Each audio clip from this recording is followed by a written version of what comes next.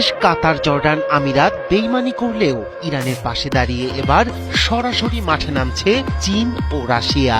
বিশ্বের সবচেয়ে গুরুত্বপূর্ণ জলপথে এবার একসঙ্গে নৌমহড়া চালাবে তিন বিশ্বশক্তি। প্রকৃত গোলাবারুদ, যুদ্ধজাহাজের সারি আর বন্ধ আকাশসীমা, সব মিলিয়ে উত্তাল পারস্য উপসাগর।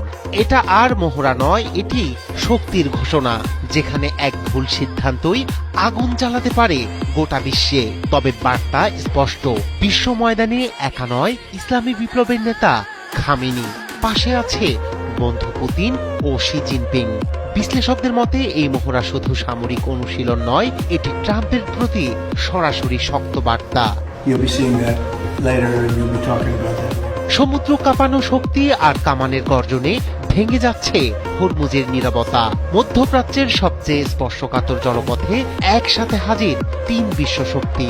কৌশলগতভাবে অত্যন্ত গুরুত্বপূর্ণ হরমুজ প্রণালীতে আগামী সপ্তাহে যৌথ নৌমহড়া আয়োজন করতে যাচ্ছে ইরান, চীন ও রাশিয়া। আল জাজিরা জানায়, রোববার ও সোমবার ওমান সাগর ও ভারত মহাসাগর জুড়ে অনুষ্ঠিত হবে এই মহড়া। অ্যাসোসিয়েটেড প্রেস জানিয়েছে, হরমুজ প্রণালীতে প্রকৃত গোলাবারুদ ব্যবহার করে মহড়া চালানো হবে জানিয়ে ইতোমধ্যেই নৌযানগুলোকে সতর্ক করেছে ইরান। মহড়ার সময় ভূপৃষ্ঠ থেকে 25,000 ফুট পর্যন্ত আকাশসীমা বেসামরিক বিমান চলাচলের জন্য ঝুঁকিপূর্ণ ঘোষণা করা হয়েছে।